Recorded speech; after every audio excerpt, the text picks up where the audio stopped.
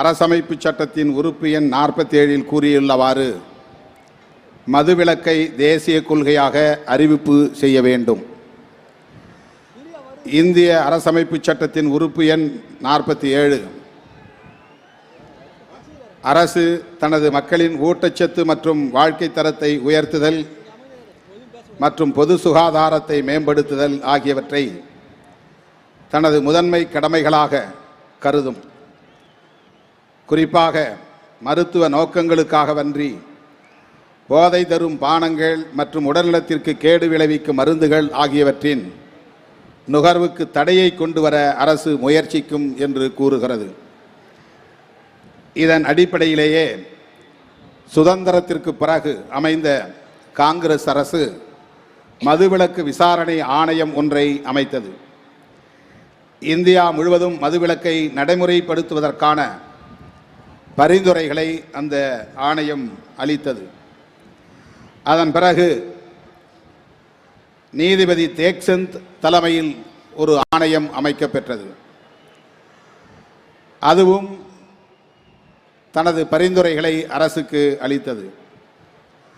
அப்போது இருந்த காங்கிரஸ் தலைமையிலான இந்திய ஒன்றிய அரசின் இந்த முயற்சிகளுக்கு மாநில அரசுகள் ஒத்துழைக்காததால் அந்த முயற்சிகள் கைவிடப்பட்டன. அதன் பிறகு மாநில அரசுகள் மதுவிலக்கை ரத்து செய்து சட்டம் இயற்றி மதுக்கடைகளை திறந்தன.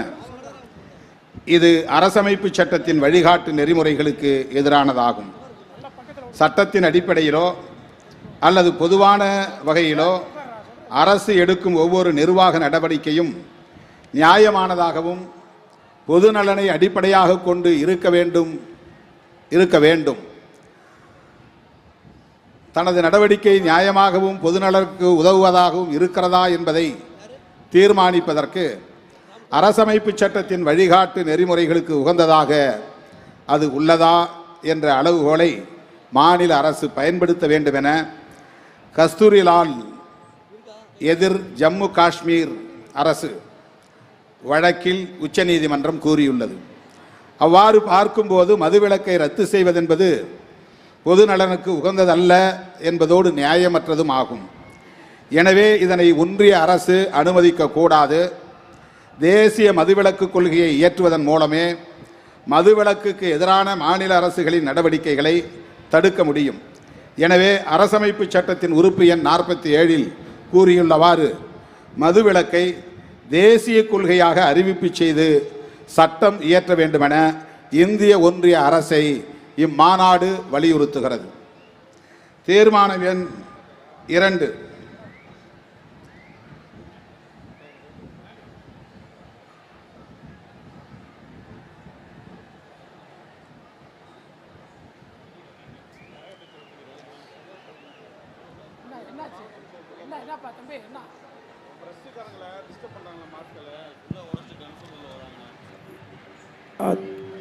தோழர்கள் பத்திரிகையாளர்களுக்கு தயவுசெய்து மதுவிலக்கை நடைமுறைப்படுத்தும் மாநில அரசுகளுக்கு சிறப்பு நிதி வழங்கிட வேண்டும். தீர்மானம் எண் 2 மாநில அரசுகள் வருவாய் பற்றாக்குறை காரணமாகவே மதுக்கடைகளை திறப்பதாக கூறுகின்றன.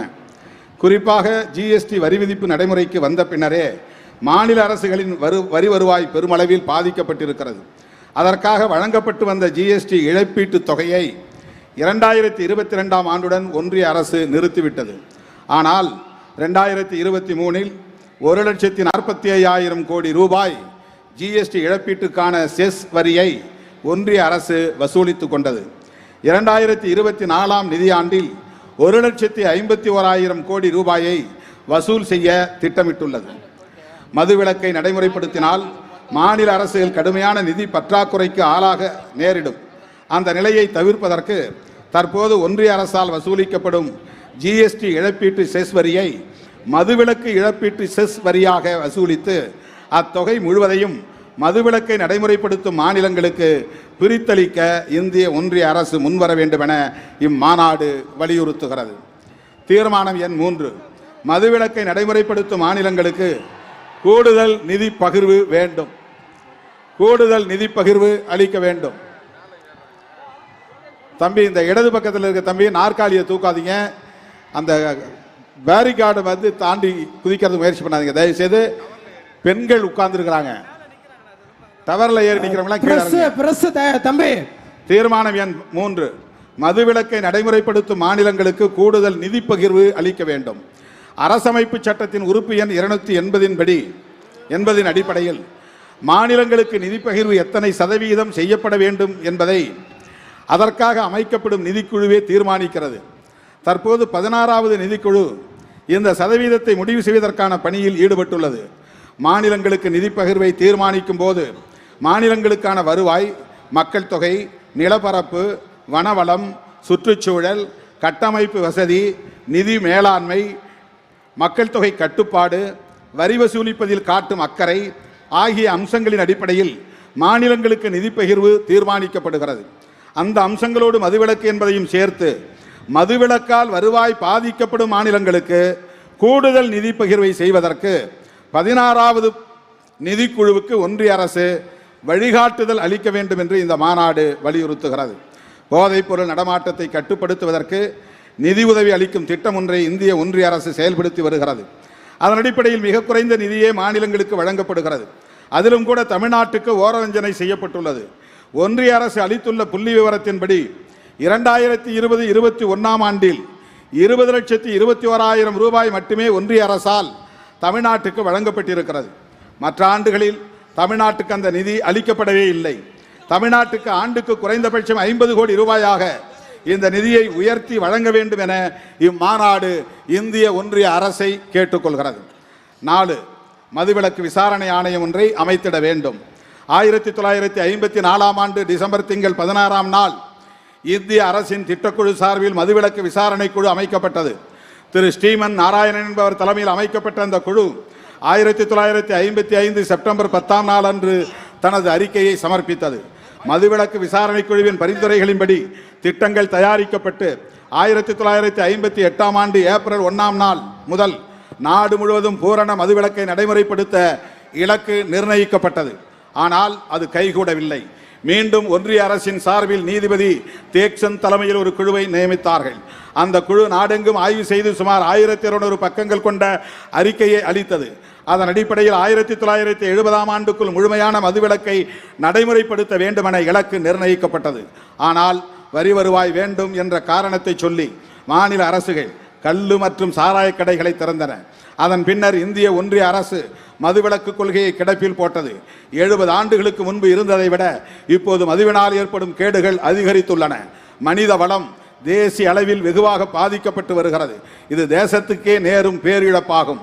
எனவே இது குறித்து விரிவாக ஆய்வு செய்து தேசிய அளவிலான மனிதவள பாதிப்பை மதிப்பீடு செய்வதற்கு ஏதுவாக மீண்டும் மதுவிலக்கு விசாரணை ஆணையம் ஒன்றை இந்திய ஒன்றிய அரசு அமைத்திட வேண்டும் என இம்மாநாடு வலியுறுத்துகிறது.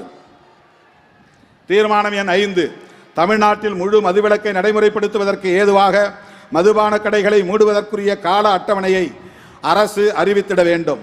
மது உள்ளிட்ட போதைப் பொருட்களின் பாதிப்புகளில் இருந்து தமிழ்நாட்டை மீட்க வேண்டும் என்கிற தந்தை பெரியார், பேரறிஞர் அண்ணா ஆகியோரின் கனவை நனவாக்கும் வகையிலும் குடிநோயாளிகளால் போதைப்பொருள் அடிமைகளால் பாதிக்கப்படும் தமிழ்நாட்டு பெண்களின் கண்ணீரை துடைக்கும் வகையிலும் இளம் தலைமுறையினர் மது மற்றும் போதைப் பொருள்களுக்கு அடிமையாகி குறை வயதில் பலியாவதை தடுத்து தமிழ்நாட்டின் மனித வளத்தை பாதுகாக்கும் வகையிலும் தமிழ்நாடு அரசு முழுமையான மதுவிலக்கை நடைமுறைப்படுத்த முன்வர வேண்டும் என வலியுறுத்தி கேட்டுக்கொள்கிறோம்.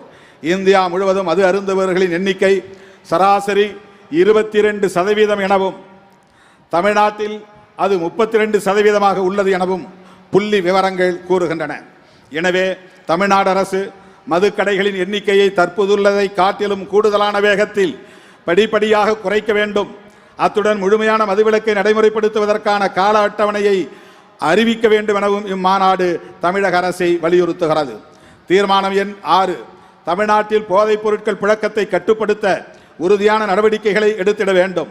தமிழ்நாட்டை சார்ந்த 86,000 ஆண்கள் 22,000 பெண்கள் கஞ்சா பயன்படுத்துவதாகவும் 1,71,000 ஆண்கள் 6,000 பெண்கள் ஓபியம் பயன்படுத்துவதாகவும் 1,92,000 ஆண்கள் 10,000 பெண்கள் மயக்கம் தரும் மாத்திரைகளை பயன்படுத்துவதாகவும் 7000 ஆண்கள் 1000 பெண்கள் கோக்கைன் என்கிற போதைப் பொருள்களை பயன்படுத்துவதாகவும் ஏடிஎஸ் புகைப்பதன் மூலம் மயக்கம் தரும் போதைப் பொருட்கள், புத்தியை நிலைகுலைய செய்யும் போதைப் பொருட்கள் ஆகியவற்றை 1,82,000 ஆண்களும் 13,000 பெண்களும் பயன்படுத்துவதாகவும் நாடாளுமன்றத்தின் மாநிலங்களவையில் 13/12/2023 அன்று எழுப்பப்பட்ட கேள்வி ஒன்றுக்கு எழுத்துப்பூர்வமான விடையளிக்கப்பட்டுள்ளது. தமிழ்நாட்டில் போதைப்பொருள் நடமாட்டம் நாளுக்கு நாள் அதிகரித்து வருவது கவலை அளிக்கிறது. நாடாளுமன்ற மாநிலங்களவையில் 2023 டிசம்பர் மாதத்தில் தெரிவிக்கப்பட்ட தகவலின்படி தமிழ்நாட்டில் 2020ஆம் ஆண்டில் சுமார் 4 கிலோ ஓபியமும் 2,98,678 கிலோ கஞ்சாவும் கைப்பற்றப்பட்டதாகவும் 2021ஆம் ஆண்டில் 21 கிலோ ஓபியமும் 1,824 கிலோ கஞ்சாவும் கைப்பற்றப்பட்டது எனவும் 2022ஆம் ஆண்டு 21 கிலோ ஓபியமும் 27,223 கிலோ கஞ்சாவும் கைப்பற்றப்பட்டது என்றும் தெரிவிக்கப்பட்டுள்ளது. அத்துடன் போதைப் பொருட்கள் கைப்பற்றப்பட்டது தொடர்பாக 2020ஆம் ஆண்டு 543 வழக்குகளும் 2021ஆம் ஆண்டு 6,852 வழக்குகளும் 2022ஆம் ஆண்டு 10,385 வழக்குகளும் தமிழ்நாட்டில் பதிவு செய்யப்பட்டுள்ளன. ஒவ்வொரு ஆண்டும் போதைப்பொருள் பயன்பாடு தொடர்பாக பதிவு செய்யப்பட்ட வழக்குகளின் எண்ணிக்கை அதிகரித்து கொண்டே வருவதை பார்க்கிற போது தமிழ்நாட்டில் போதைப்பொருள் புழக்கம் அதிகரித்து வருகிறது என்பது உறுதிப்படுகிறது. மதுவை போல் அல்லாமல் போதைப் பொருட்கள் ஏற்கனவே இங்கு தடை செய்யப்பட்டுள்ளன. அப்படி இருந்தும் தமிழ்நாட்டின் கிராமப்புறங்களிலும் கூட போதைப்பொருள் நடமாட்டம் அதிகரித்து வருவதை காண முடிகிறது. குறிப்பாக பள்ளி கல்லூரி மாணவர்களிடையே மதுவை காட்டிலும் போதைப் பொருட்களின் புழக்கம் அதிகரித்து வருகிறது. சென்னை, திருவண்ணாமலை, உதகை ஆகிய 3 மாவட்டங்களில் மேற்கொள்ளப்பட்ட ஆய்வின் அடிப்படையில் 7ஆம் வகுப்பிலிருந்து 12ஆம் வகுப்பு வரை படிக்கும் மாணவர்களில் 9% பேர் மது, கஞ்சா, கூல்லிப் ஆகிய போதைப் பொருட்களுக்கு அடிமையாகி இருக்கிறார்கள் என்கிற அதிர்ச்சி தரும் புள்ளி விவரத்தை சமூக கல்விக்கான நிறுவனம் என்ற அமைப்பு கண்டறிந்துள்ளது. இந்நிலையில் போதைப் பொருள் புழக்கத்தை கட்டுப்படுத்த தமிழ்நாடு அரசு உறுதியான கடுமையான நடவடிக்கைகளை மேற்கொள்ள வேண்டும் என்று இம்மாநாடு கேட்டுக்கொள்கிறது. 7. மது மற்றும் போதைப் பொருட்கள் ஒழிப்புக்கான விழிப்புணர்வு பரப்பு இயக்கத்தில் மகளிர் சுய உதவி குழுக்களை ஈடுபடுத்த வேண்டும். மது மற்றும் போதைப் பொருட்கள் ஒழிப்புக்கு சட்டப்பூர்வமான நடவடிக்கைகள் எடுத்தால் மட்டும் போதாது. போதைப் பழக்கத்தால் ஏற்படும் பெரும் பாதிப்புகள் தொடர்பாக பொதுமக்களிடையே போதிய விழிப்புணர்வை ஏற்படுத்த வேண்டும். தொடர்ச்சியான பரப்பு இயக்கத்தின் மூலமே அத்தகைய விழிப்புணர்வை மக்களிடையே ஏற்படுத்த முடியும். எனவே மது போதைப் பொருட்கள் ஒழிப்பு பரப்பு இயக்கம் ஒன்றை தமிழ்நாடு அரசு துவங்கிட வேண்டும்.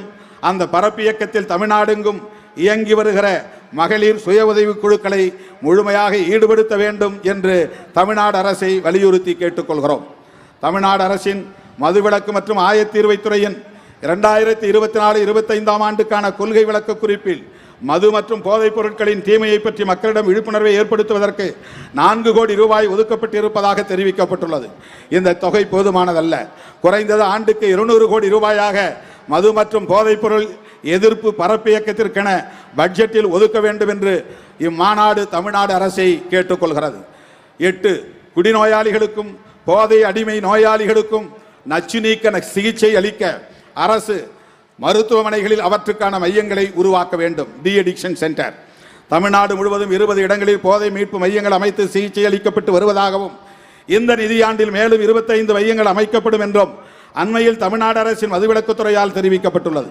இது தமிழ்நாட்டில் உள்ள குடிநோயாளிகளின் எண்ணிக்கையை ஒப்பிடும்போது சிகிச்சை மையங்களின் எண்ணிக்கை மிக மிக குறைவாகும். எனவே அனைத்து அரசு மருத்துவமனைகளிலும் போதை மீட்பு சிகிச்சை மையங்களை டி அடிக்ஷன் சென்டர்ஸ் அமைத்திட வேண்டும் என்று இம்மாநாடு தமிழ்நாடு அரசுக்கு வேண்டுகோள் விடுக்கிறது. தீர்மானம் எண் 9. மது மற்றும் போதை அடிமை நோயாளிகளுக்கான மறுவாழ்வு மையங்களை அனைத்து வட்டாரங்களிலும் அமைத்திட வேண்டும். நேஷனல் ஹெல்த் மிஷன் திட்டத்தின் கீழ் தமிழ்நாடு அரசு 2020ஆம் ஆண்டில் 7 அரசு மருத்துவக் கல்லூரி மருத்துவமனைகளில் மது மற்றும் போதைப் பொருட்களால் பாதிக்கப்பட்டவர்களுக்கான மறுவாழ்வு மையங்களை துவக்கியது. அதற்காக 100 பேர் தற்காலிக பணியாளர்கள் நியமிக்கப்பட்டனர். டாஸ்மாக் அதற்கான செலவை ஏற்றுக்கொண்டது. ஆனால் டாஸ்மாக் தொடர்ந்து நிதியளிக்க மறுத்ததால் அந்த திட்டம் 2023ஆம் ஆண்டுடன் நிறுத்தப்பட்டு அந்த தற்காலிக பணியாளர்கள் வேலை நீக்கம் செய்யப்பட்டனர். இது குடி மற்றும் போதை அடிமை நோயாளிகளை மீட்பதற்கு தமிழ்நாடு அரசு போதிய அக்கறை காட்ட வேண்டும் என்பதை உணர்த்துகிறது. 2023-24ஆம் ஆண்டில் மது மற்றும் போதைப் பொருட்களால் பாதிக்கப்பட்டவர்களுக்கு நிவாரணம் வழங்குவதற்கு 2.5 கோடி ரூபாய் ஒதுக்கப்பட்டதாகவும் அதில் 490 பேர் பயனடைந்ததாகவும் தமிழ்நாடு அரசு தெரிவித்துள்ளது. இது மிக மிக குறைவான தொகை என்று கருதுகிறோம். குறைந்தபட்சம் 100 கோடி ரூபாயாவது அதற்கென ஒதுக்கி அனைத்து வட்டாரங்களிலும் மறுவாழ்வு மையங்களை அமைக்க வேண்டும் என்றும் குடிநோயாளிகளின் குடும்பத்தினருக்கு வாழ்வாதார நிதி வழங்க வேண்டும் என்றும் இம்மாநாடு தமிழக அரசை கேட்டுக்கொள்கிறது. 10. டாஸ்மாக் என்னும் அரசு நிறுவனத்தின் மது வணிக தொழிலாளர்களுக்கு மாற்று வேலை வழங்கிட வேண்டும். டாஸ்மாக் நிறுவனத்தின் அரசு மதுபான கடைகளில் சுமார் 30,000 தொழிலாளர்கள் வேலை செய்கின்றனர். மதுவிலக்கை நடைமுறைப்படுத்தும் நோக்கில் அரசின் மதுக்கடைகள் படிப்படியாக மூடப்பட்டால் அவற்றில் பணிபுரியும் விற்பனையாளர்கள், பார்வையாளர்கள் உள்ளிட்ட மேற்பார்வையாளர்கள் உள்ளிட்ட ஏராளமான தொழிலாளர்கள் தங்களின் வேலையை இழக்க நேரிடும். எனவே அவர்களது வாழ்வாதாரத்தை பாதிக்காதவாறு அந்த தொழிலாளர்களுக்கு மாற்று வேலை வாய்ப்பை வழங்கிட வேண்டும் என தமிழ்நாடு அரசை இம்மாநாடு வலியுறுத்தி கேட்டுக்கொள்கிறது. தீர்மானம் எண் 11. தமிழ்நாடு சட்டப்பேரவையில் தீர்மானம் நிறைவேற்ற வேண்டும். மதுவிலக்கை தேசிய கொள்கையாக அறிவிக்க வேண்டும் என்றும் மதுவிலக்கை நடைமுறைப்படுத்தும் மாநிலங்களுக்கு சிறப்பு நிதி அளிக்க வேண்டும் என்றும் 16வது நிதிக்குழுவில் மாநிலங்களுக்கு நிதி பகிர்வை தீர்மானிக்கும் போது மதுவிலக்கை நடைமுறைப்படுத்தும் மாநிலங்களுக்கு கூடுதலாக நிதியை பகிர்ந்தளிக்க வேண்டும் என்று வலியுறுத்தி தமிழ்நாடு அரசு சட்டப்பேரவையில் தீர்மானம் ஒன்றை நிறைவேற்றி அதை இந்திய ஒன்றிய அரசுக்கு அனுப்பி வைக்க வேண்டும் என்று இம்மாநாடு வலியுறுத்துகிறது. கடைசி தீர்மானம், மதுவிலக்கு பரப்பு இயக்கத்தில் அனைத்து தரப்பு ஜனநாயக சக்திகளும் ஒருங்கிணைய வேண்டும். மது மற்றும் போதைப் பொருட்களின் பயன்பாடு தமிழ்நாட்டில் அனைத்து தரப்பு மக்களுக்கு மிகப்பெரிய கேடாக அமைந்துள்ளது. அதனை கட்டுப்படுத்துவதும் தமிழ்நாட்டு மக்களை போதைப் பொருட்களின் அடிமைத்தனத்திலிருந்து மீட்டெடுப்பதும் அரசாங்கத்தின் பொறுப்பு மட்டுமல்ல, அனைத்து தரப்பினரின் முதன்மையான கடமையாகும். எனவே தமிழ்நாட்டு மக்களின் எதிர்கால நலன்களை கருத்தில் கொண்டு மது மற்றும் போதைப் பொருட்கள் ஒழிப்புக்கான பரப்பு இயக்கத்தில் அனைத்து அரசு சாரா அமைப்புகளும், NGOs, அரசு சாரா அமைப்புகளும், அரசியல் கட்சிகளும், சமூக பண்பாட்டு இயக்கங்களும், ஊடகங்களும், இன்ன பிற அமைப்புகளும் தேசத்தின் மனித வளத்தை பாதுகாக்கும் பொறுப்புணர்வோடு தங்களை ஈடுபடுத்திக் கொள்ள முன்வர வேண்டும் என இம்மாநாடு அறைகூவல் விடுக்கிறது. இந்த 12 தீர்மானங்களையும் என் உயிரின் உயிரான விடுதலை சிறுத்தைகளே கைகளை தட்டி ஆரவாரம் செய்து நிறைவேற்றி தருமாறு உங்களை மெத்த பணிவோடு கேட்டுக்கொள்கிறேன். நிறைவேறியதா? நிறைவேற்றி தந்த உங்களுக்கு என்னுடைய நெஞ்சார்ந்த நன்றி. பால பிரஜாபதி அடிகளார் அவர்கள் மேடையில் இருக்கிறார். அவர் வந்ததும் ஒரு வேண்டுகோளை வைத்தார். காந்தி பிறந்த நாள், சுதந்திர நாள், குடியரசு நாள் போன்றவற்றில் மதுபான கடைகளுக்கு விடுமுறை அளிக்கப்படுகிறது. மாண்புமிகு முதல்வரின் கவனத்திற்கு நீங்கள் எடுத்துச் சென்று ஐயா வைகுண்டரின் பிறந்த நாளிலும் மதுக்கடைகளை மூட வேண்டும் என்ற கோரிக்கையை விடுத்தார். அதையும் 13வது தீர்மானமாக விடுதலை சிறுத்தைகள் கட்சி இங்கே முன்மொழிகிறது.